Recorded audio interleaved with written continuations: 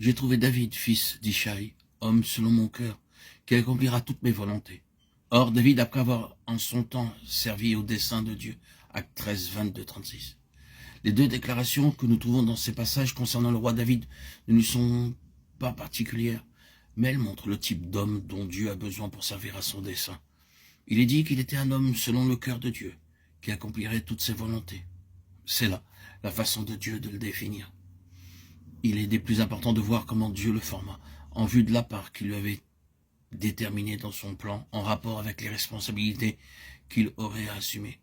De tout temps, le Seigneur n'a disposé que d'un nombre restreint de personnes pour travailler à la réalisation de son dessein, mais il s'est chargé de les éduquer en fonction de ce qui est devant eux. Ils voient leur formation achevée à travers toutes les voies qu'il a préparées. David fut oint sur l'ordre de Dieu par le prophète Samuel, dont le peuple avait rejeté l'autorité et les conseils. Ce fut donc à lui que revint le privilège de oindre l'homme selon le cœur de Dieu. Cependant, David, à ce moment-là, n'avait aucune idée de toutes les voies par lesquelles il aurait à passer. Il ignorait tout ce que Dieu avait en vue pour lui, car tout cela était caché dans le cœur de Dieu.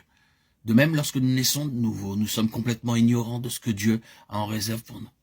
Nous ne savons rien de son plan, ni du rôle, ni des responsabilités qui nous seront confiées, ni de la place que nous occuperons dans son corps. Nous savons seulement que nos péchés sont pardonnés et qu'en lui, nous avons la vie éternelle. C'est là tout notre savoir. Le fait qu'il fût oint avec une corne d'huile est significatif. En effet, lors de l'onction de Saül, Dieu n'avait rien dit à Samuel à ce sujet, sauf qu'il aurait à le oindre afin qu'il soit roi sur Israël. 1 Samuel 19, 16. Et bien que ce soit Dieu qui l'ait désigné, c'est avec une fiole d'huile qu'il fut oint. Pourquoi une fiole? La réponse réside dans le fait qu'elle exprime ce qui est de l'homme. Dieu donna à Israël un roi à l'image du cœur du peuple qui ne voulait plus que Dieu règne sur lui, car il voulait que ce soit désormais un roi qui les conduise comme les autres nations. 1 Samuel 8, 19, 20.